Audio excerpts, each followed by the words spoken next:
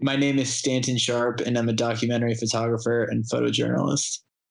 I came to Hong Kong in early August, and I had been watching things develop in Hong Kong, and as things got more and more serious, I realized this was going to be a really big deal. And I was living in Vietnam, and I took a flight over to Hong Kong, and I ended up photographing the protests for the next 4 months. This particular photo I took in Causeway Bay. This woman I had seen around a lot at most of the protests that I was photographing, and she liked to jump in between the protesters and the police. Usually she would talk about all of the atrocities that the police were committing, and I believe in her mind she was protecting the protesters.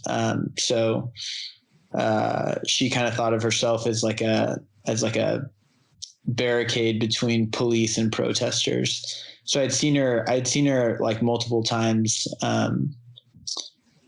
jumping in front of police and yelling at them and begging them not to arrest any of the protesters. And I kind of followed her this one time and snapped a shot of her when she had the crucifix holding it up towards the police. Yeah.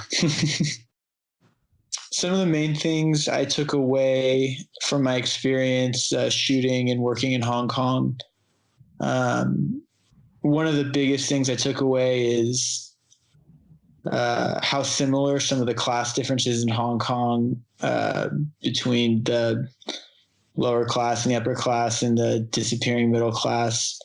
I think a lot of that has to do with what's going on here. And you can see it paralleled in so many other countries around the world. Just kind of that was an interesting thing that I noticed here. In terms of something personal that I took away from it, probably just to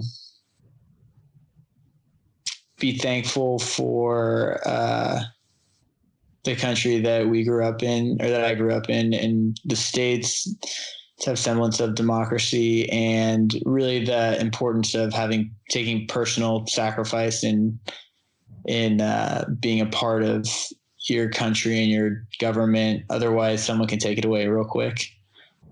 So I guess that's probably maybe a little more fearful of your government.